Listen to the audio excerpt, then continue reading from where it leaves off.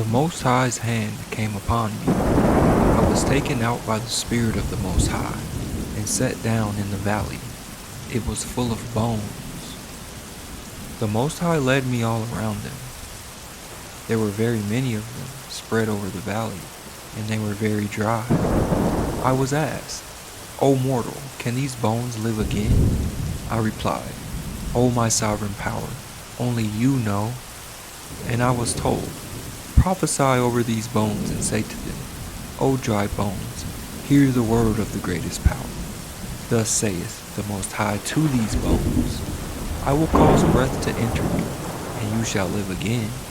I will lay sinews upon you, and cover you with flesh, and form skin over you, and I will put breath into you, and you shall live again, and you shall know that I am your power. I prophesied as I had been commanded, and while I was prophesying, suddenly there was a sound of rattling, and the bones came together, bone to matching bone.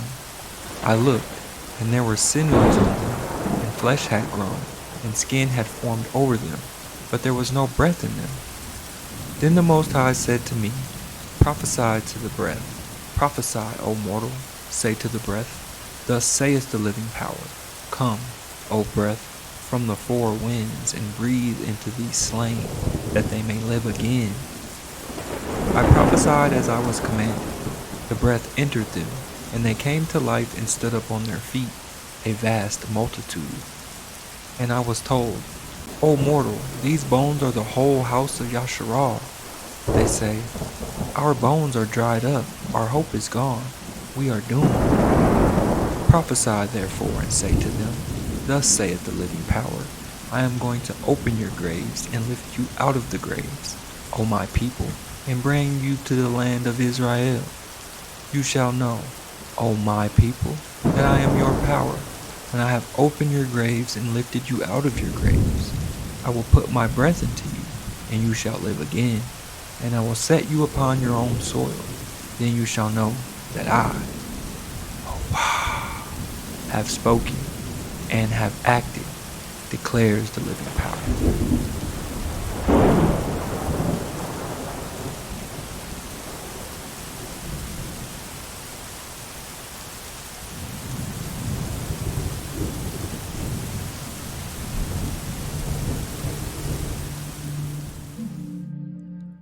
Furthermore, although we now know the Olmecs had a writing system, no complete texts, historical or otherwise, have survived. Thus, everything we know about them comes from investigations by archaeologists, art historians, linguists, and other scholars like myself. The Olmec story told in this book is an undocumented history, an account of people who left no recorded history, constructed on the basis of what scholars have learned in just the past 65 years. Today we realize that the Olmecs and some of their contemporaries lived in societies too large and complex to be considered simple village farmer folk. In one sense, formative is really quite appropriate because, as we shall see, the Olmecs truly were a formative phenomenon, the mother culture that underlay later civilizations. The last three stages are defined by the rise and fall of three great Olmec centers. We're talking San Lorenzo, Venta, and Tres Zapotes. Of course, Olmec history was much more complex than any simplified scheme might suggest.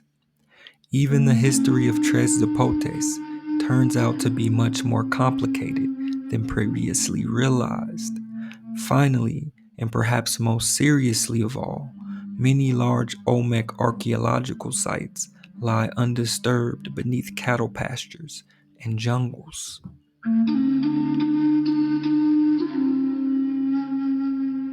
Recent efforts have revealed the broad outlines of the Olmec culture that flourished in southeastern Mexico's Gulf lowlands between 1500 and 400 BC, they say, as well as many details of life during this pivotal period of American Indian history.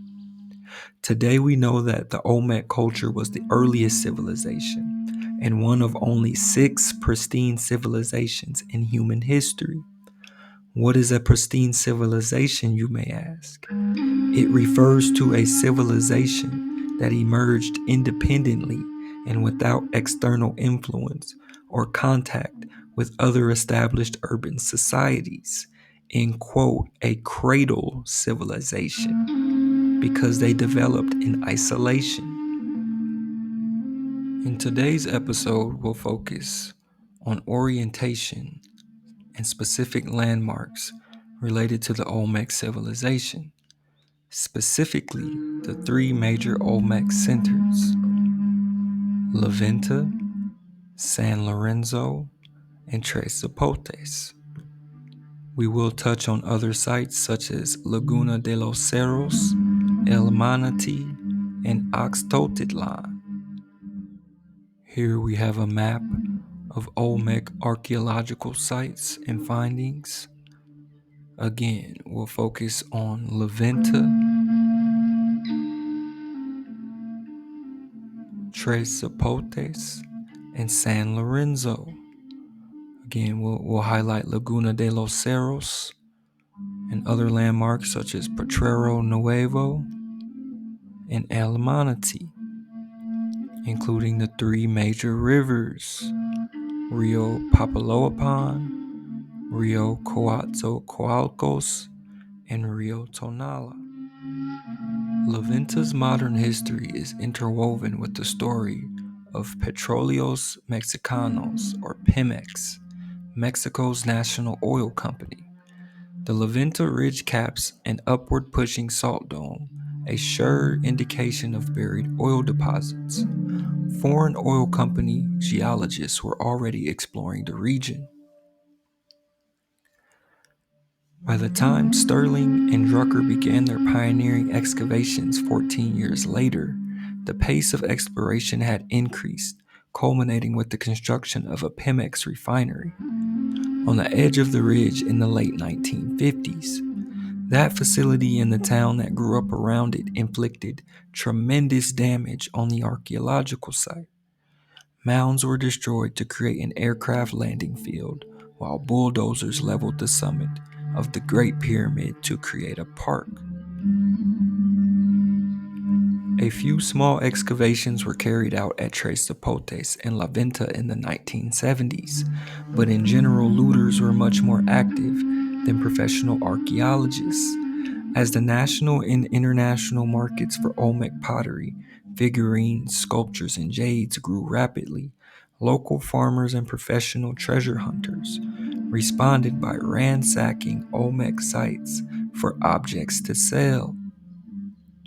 The clandestine digging continues largely unabated today, destroying archaeological sites while feeding the growing body of unprovenanced Olmec objects that fill museums and private collections, stripped of their historical value. The Olmec world consisted of 3 environments: a physical realm, a human environment, and a spirit world, shadowy and unreal as it may seem to us. We will examine the physical setting for Olmec culture. Fray Bernardino de Sahagún, the great Spanish chronicler of 16th century Mexico, they say, queried his Aztec informants about the lands and people of southern Veracruz and Tabasco. They responded that it was called Olman, the rubber country, or Tlalocan, place of wealth, and that these Olmeca Huixtotin, the inhabitants, were rich, their home, their land, and was really a land of riches, a land of flowers, a land of wealth, and a land of abundance. We're talking the Tlalocan in the Olman. The Spaniards christened it the Sotavento, or Leeward Coast, a term still heard today in the region.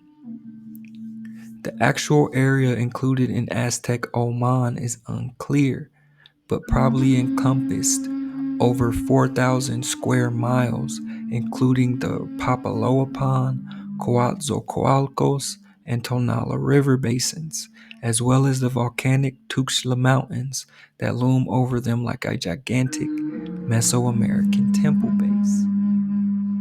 Alright, I told you we're going to get some orientation.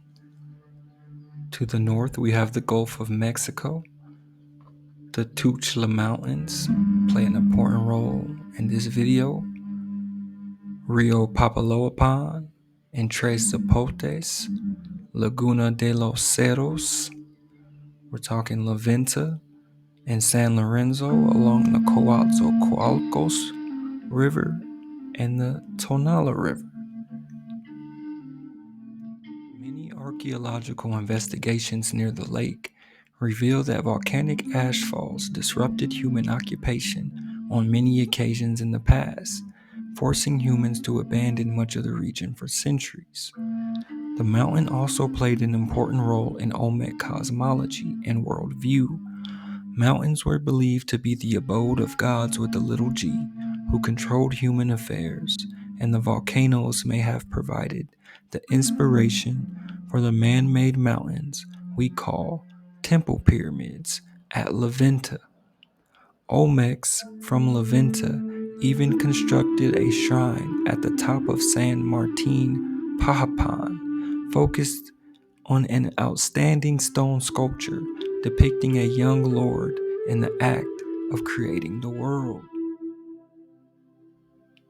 We are fortunate to have 16th century documents that record Aztec impressions of the region's inhabitants and resources. Early colonial copy of the Mendoza, a pre-Columbian codex that lists every province in the Aztec Empire, along with the tribute paid by each. Toctepec, a province that included the Papaloapan Basin and a portion of the Tuxtla Mountains, is described as one of the wealthiest and most heavily taxed regions in the Aztec domain. Every 6 months, Toctepec's leaders paid tribute. Here we have greenstone celts buried as offerings at El Manatee. Their abundance indicates extensive commercial ties with the Sierra de las Minas source zone in eastern Guatemala at a much earlier date than once believed, including feathers, green feathers trimmed with yellow feathers, rich green quetzal feathers, and 8,000 handfuls of green feathers, red feathers, and blue feathers. We're talking land of the feathered serpent. The substantial cloth tribute reflects Oman's importance as a producer of cotton goods. Let that sink in. Amber and green feathers, especially the highly prized long iridescent quetzal bird tail feathers, must have been imported from somewhere outside Toctepec, they say. His informants considered Oman a rich land endowed with chocolate beans, the divine ear spice, rubber, beautiful flowers, and precious feathers. At least 10 colossal heads and several thrones form various lines that extend roughly north-south across the plateau's surface. Archaeologists agree that these sculptures served as, I quote, rulership monuments. The heads are portraits of living or recently deceased rulers, and the thrones as their royal seats. The most likely explanation is that they formed a ritual processional way created to honor the living ruler and his real or fictitious ancestors. A topographic map reveals an unusual outline to the plateau perimeter, one most easily viewed from the aerial perspective of a bird, a helicopter, or a celestial deity. Numerous large ridges extend out from the core of the plateau on its north, south, and west sides. Michael Coe has proposed that the ridges are eroded remnants of enormous artificial platforms constructed by the Olmecs in an attempt to turn San Lorenzo into a gigantic bird effigy. To our left, we see a portion of a San Lorenzo aqueduct exposed in 1967. This impressive system revealed the Olmecs' considerable practical engineering knowledge and skills. We also know the Olmecs built the longest suspension bridge in the Old World from previous videos. Here we have the San Lorenzo Castle, where these aqueducts were uncovered in 1967. From the looks of it, the Olmecs were up to a lot more than just farming and agriculture. Here we find another set of artifacts at the San Lorenzo Castle. This duck-shaped font originally capped the end of a stone aqueduct. Ducks played an important role in Olmec religion and water lore, with a striking resemblance to the Swan Knights or Barber Hakatzin. San Lorenzo Monument 14, probably functioning as a throne for an Olmec ruler, whose image may occupy the central niche. It is about 6 feet tall in height. Back to the aqueduct situation. At San Lorenzo Monument number 9, a hollowed out boulder carved in the likeness of a duck. The chest is adorned with 2 tripartite designs, believed to represent blood or precious water, and a profile rendering of a playful-looking duck with outstretched wings. This duck on a duck may have much deeper meaning than mere whimsy. One of the most beautiful and best preserved Olmec colossal heads was tipped over on its side on the yellow-red sand plaza floor directly south of the throne. Monument 52, a seated dwarf-like creature with his hands crossing his drawn-up legs, lay adjacent to the east edge of the drain. He has an archetypal Olmec were-jaguar face with a cleft head, and his headdress is embellished with tripartite designs and wavy streamers, thought to symbolize water.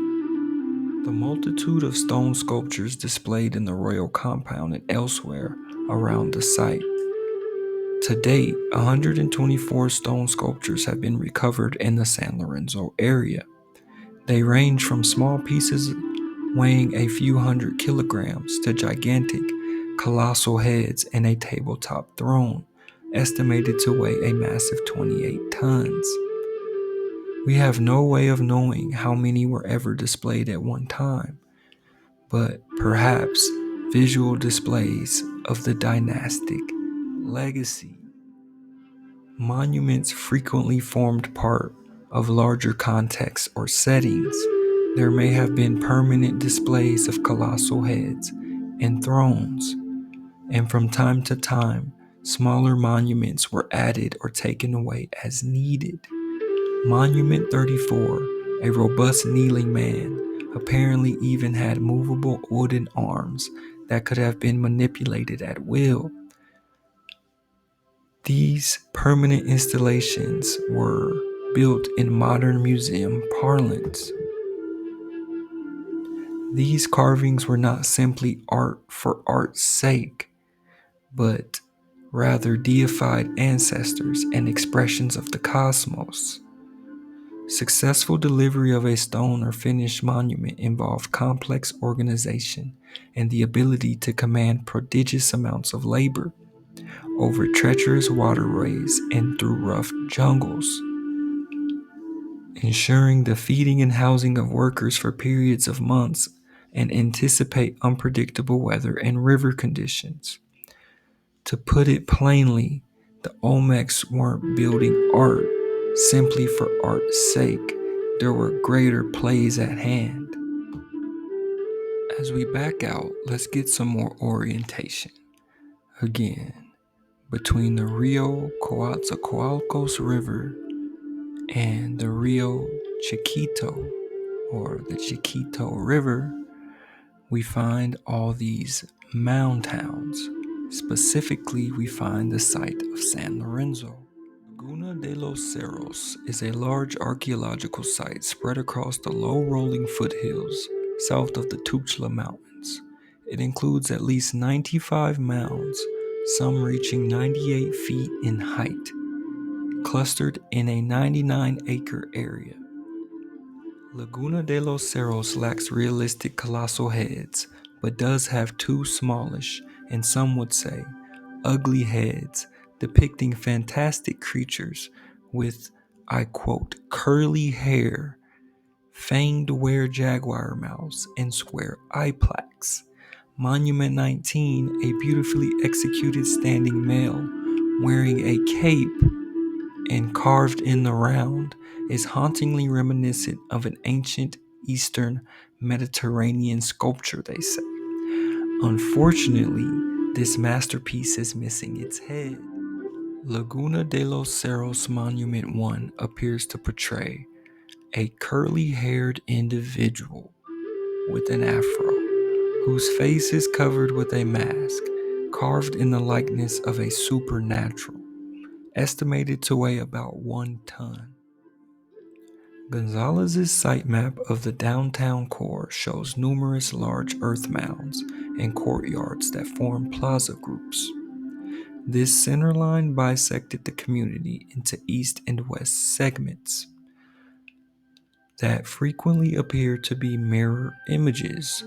The Great Pyramid, designated Complex C, occupies the center point of the city, while lower mounds to the north and south created independent but interconnected architectural units.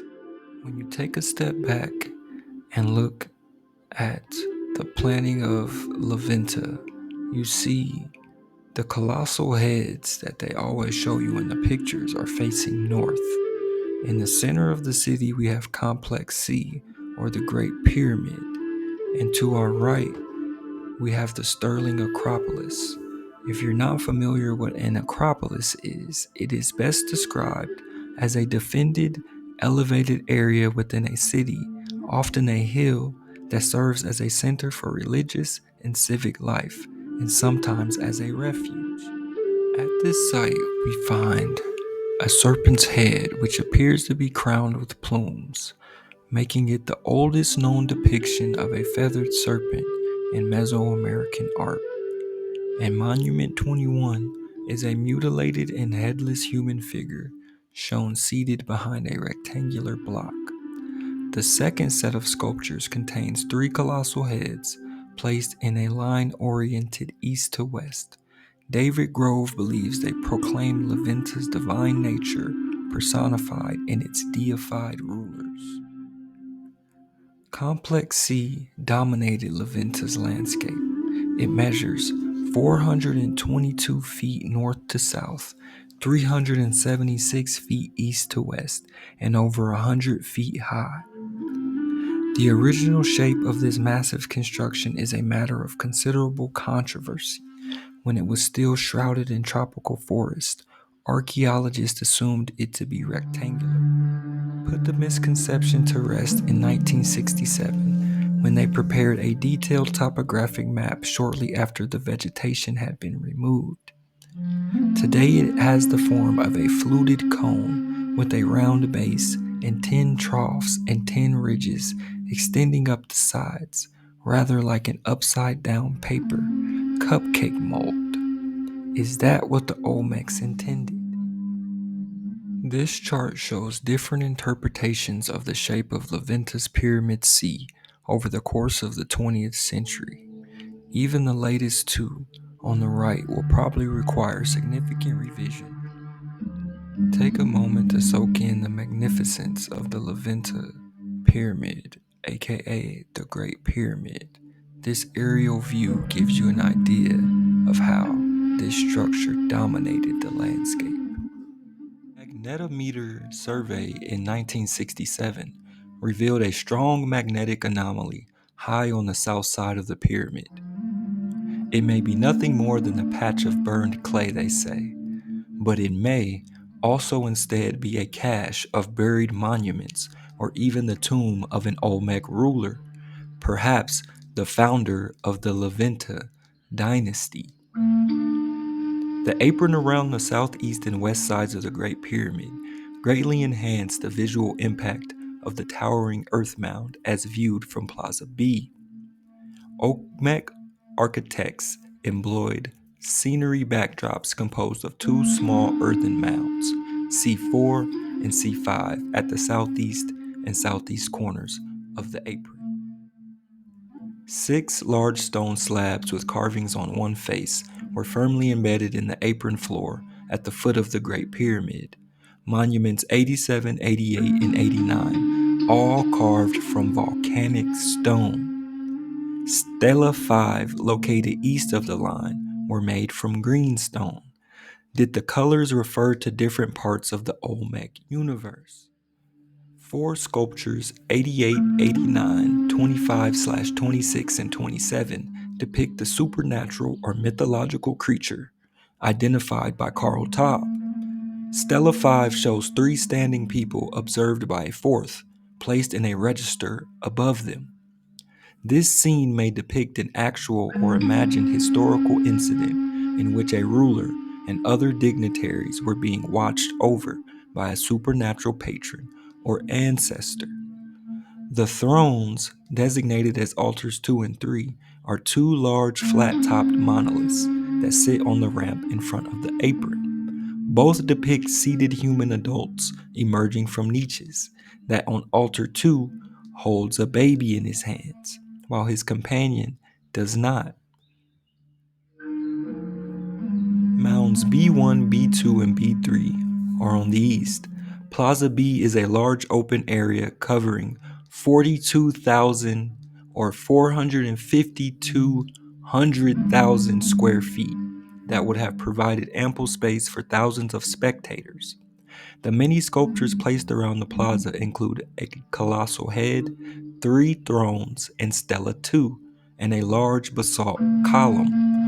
All these stones seem to lie at or very near their ancient locations, and all serve to bring the concept of divine rulership into the public plaza.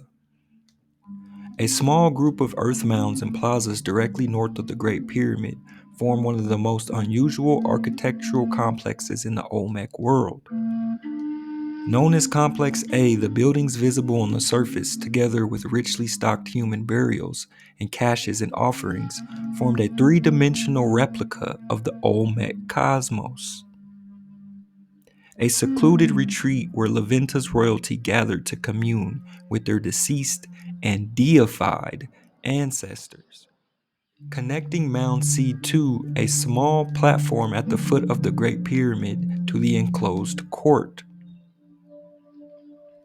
extending the community's bilateral symmetry to the subterranean world, as well as its visible surface. Indeed, the bilateral symmetry may have extended beyond Complex A, to include the mounds of Complex G to the east and a corresponding set of mounds, unfortunately destroyed before they could be mapped, to the west. In this image, we get a bird's eye view of the Venta complex, specifically Complex A, and Mound C1, otherwise known as the Great Pyramid. Facing directly north, we have Mound A2 and our colossal heads.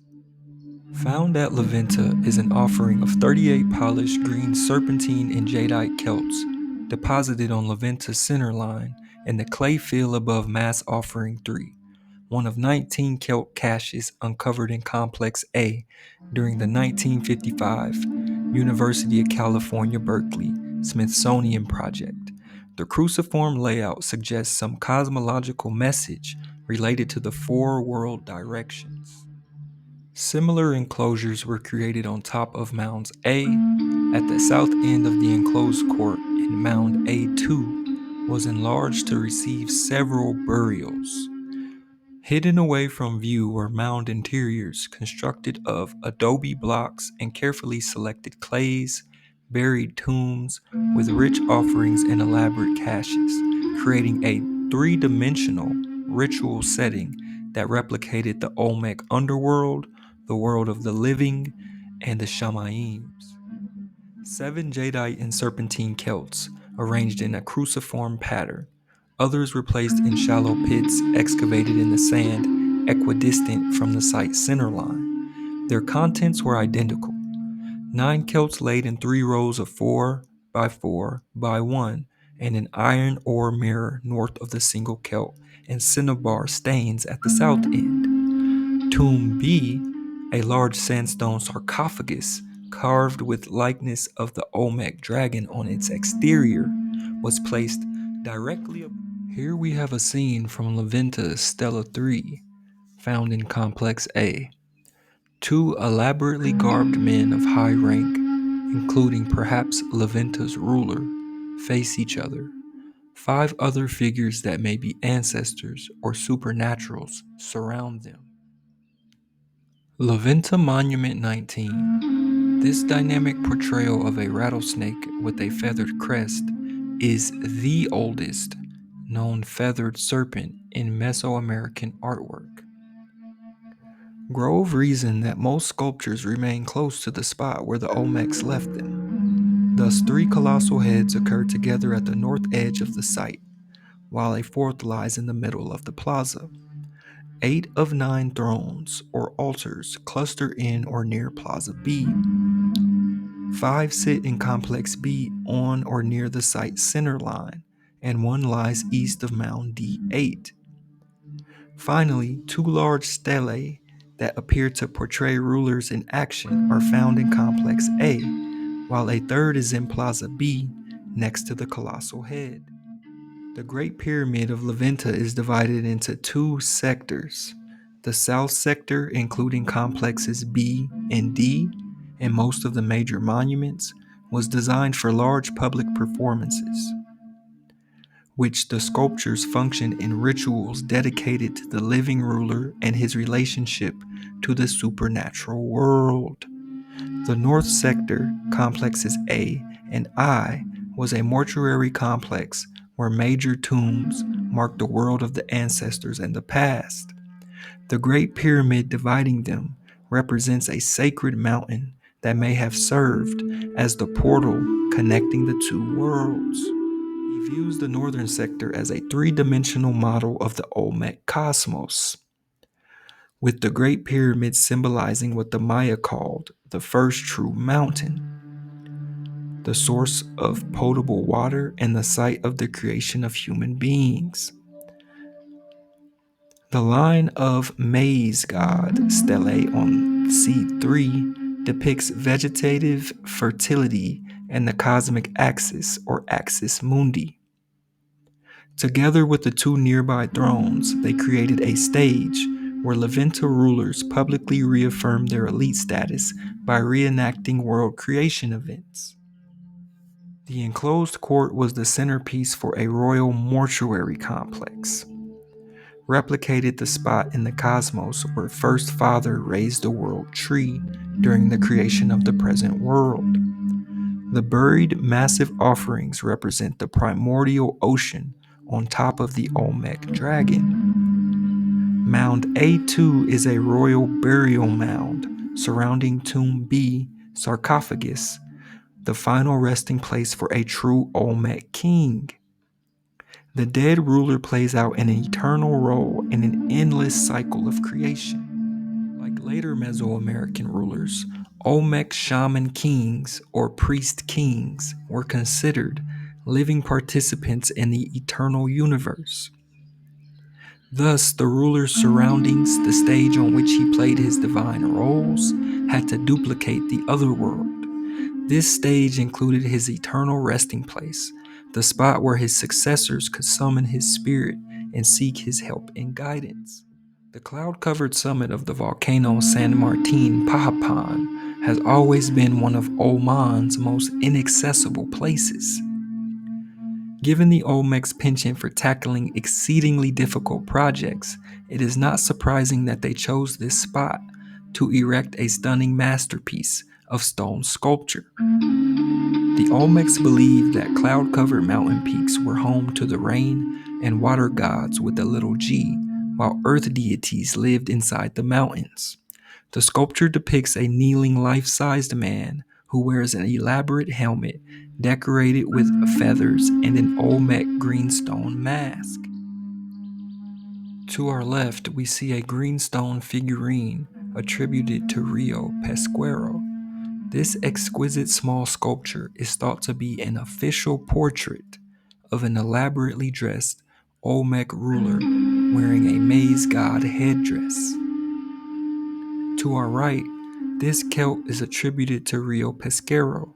This rare incised celt shows a profile Olmec head above a ceremonial bundle or staff. San Martin Pahapan Monument 1, found on top of San Martin Pahapan volcano in the Tuxtla Mountains.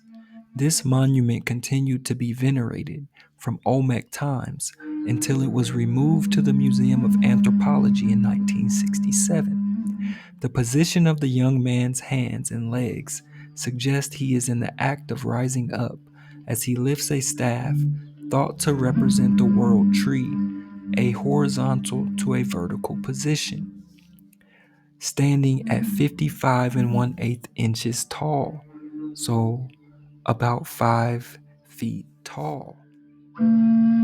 Here we see solid ceramic figurine heads from Venta, illustrating various hairstyles, headdresses, and facial characteristics. The shamanistic ideology conceived the world as a three-tiered entity composed of sky, earth, and underworld, bounded by the four cardinal directions and balanced on the central axis mundi. Each cardinal point probably had specific trees, colors, birds, and gods with a little g assigned to it. Shamans, the actual religious practitioners, were men and women whose special powers allowed them to establish contact with the supernaturals and intercede on their clients' behalf. While in trances, often induced by fasting and psychotropic substances, they say, shamans traveled the cosmos accompanied by their animal familiars as they attempted to heal the sick, establish contact with the ancestors, and propitiate the forces beyond human control. The cult of the ruler involved a special set of rituals focused on the unique place of rulers in the cosmos. Olmec rulers had emerged as the most important point of contact between their subjects and the supernatural world. We do not know whether rulers claimed supernatural protection or descent or even actual divinity. Olmec art serves visually to portray this special relationship. In this New World order, rulers gradually assumed the more formal role of priest. We're talking priest kings and queens. Olmec supernaturals have generated more controversy than any other aspect of their religion. For example, the deity known as the Olmec dragon has been variously identified as a were-jaguar, combining human and feline traits. Was the jaguar the supreme Olmec god with the little g, or did the serpent hold this exalted position? What we have identified as a feline really is a snake. In the Las Limas hypothesis, they believe that Las Limas Monument 1 provides a key, an Olmec Rosetta Stone of sorts, to understanding Olmec deities. This magnificent greenstone sculpture depicts a seated youth holding an inert were-jaguar baby on his lap. The infant and four-incised tattoo-like designs on the youth's shoulders and legs form an Olmec Pentateuch. The Olmec dragon and the Olmec bird monster are the most commonly depicted supernaturals. The were-jaguar and the feathered serpent. Three deities, the Olmec dragon, bird monster, and fish monster, combine to form the Olmec cosmos. Conceptualized as a crocodilian earth monster lying between the celestial realm and the surface of a watery underworld. The Olmec dragon, depicted as a crocodilian with eagle, jaguar, human, and serpent attributes, is the earth monster. The dragon appears to signify earth, water, fire, and agricultural fertility. His basic icons include flame eyebrows, L-shaped eyes, a bulbous nose, elongated upper jaw, and bifurcated tongue. As the name implies, the dragon's body generally takes a crocodilian form. Jorleman suggests that the Olmec dragon was a predecessor of the Aztec gods Cipactli and Huitecutli, as well as Quetzalcoatl and the Maya god with the little g, Itzamna. After Venta Olmecs adopted the mound and plaza concept, other ceremonies were conducted in secluded precincts like Venta's Complex A. The objects looted from Rio Pesquero may have come from a similar precinct at that site. Examples of natural settings include the Manatee Springs, the shrine on top of San Martin Papan, and Juchtlawaka in Oxtotlan. Olmec ritual included a rubber ball game, similar to those played in later times. It appears likely that game was primarily a religious observance. Olmec clay figurines depict men wearing protective clothing reminiscent of that used by later ball players. The only Olmec ball court identified so far is the middle formative Palagana mound group at San Lorenzo. It appears to lack the rings and benches of later courts, but residue from a rubber ball was uncovered during the very limited testing of the court floor and one mound. More recently, well-preserved rubber balls have been recovered at nearby Manatee. Caves are virtually absent from the alluvial lowlands of Oman, but possible cave depictions appear in Olmec art. Sculptured scenes showing people seated in caves or emerging from cave-like niches. Certain ethnic groups entered the world's surface through caves that served as doorways to the supernatural realm inside the earth. In some cases, these depictions clearly represent the mouth of the Olmec dragon. The paintings in the Guerrero caves, surely the work of ethnic Olmec artisans, imply that Olmecs sought out sacred spots in distant lands. Rulers and their close kin probably fulfilled the most important religious posts. Indeed, religious power of this sort must have underlain their claims to legitimate elite status. This does not mean that Olmec societies were theocracies, but simply that sharp divisions between the religious and secular realms of life were absent. Jorleman believes that full-time priests, kings, and queens led cults devoted to specific deities, they say, although they are difficult to identify in Olmec art because they frequently wear the costume of their supernatural patrons. Next, we'll focus on these two images. Here we see San Lorenzo Monument 47, a powerful human, unfortunately with his head chopped off, perhaps a ruler or shaman who subjugates a deadly snake. We're talking Land of the Feathered Serpent. And to our far right, a stone figurine transformed from human to jaguar being. Here we have another depiction of an Olmec ruler, San Lorenzo Monument 4. Portions of both rear sides of this sculpture were removed. Let that sink in. The lines crossing the drawing illustrate the geometric relationships behind De La Fuente's golden section. Here we have a layout of known Olmec colossal heads. This lineup shows the differences in size that characterize these ruler portraits, as well as the considerable variation in facial features and headgear. We'll take a minute and meditate on this image. We have heads found in San Lorenzo, Tres Zapotes, La Cobada. De La Fuente's class of human figures includes colossal heads, men under supernatural protection, and mediators. Colossal heads apparently are ruler portraits. Thus, for example, the central figure on La Venta Altar 4 sits under a stylized feline mask, and the man depicted on San Martin Pahaman Monument 1 wears a massive were-jaguar headdress. These mediators are full-bodied, freestanding sculptures that, like colossal heads, seem to portray rulers. The headdresses are reminiscent of traditional leather American football helmets. These headdresses were probably made from cloth or animal skin, and some depict the knot of the cloth at the back of the head. Feathers decorate some of them, and one La Venta example even includes a bird's head. Similarities amongst the headdresses found on several colossal heads have prompted suggestions that they identify specific dynasties or individual rulers.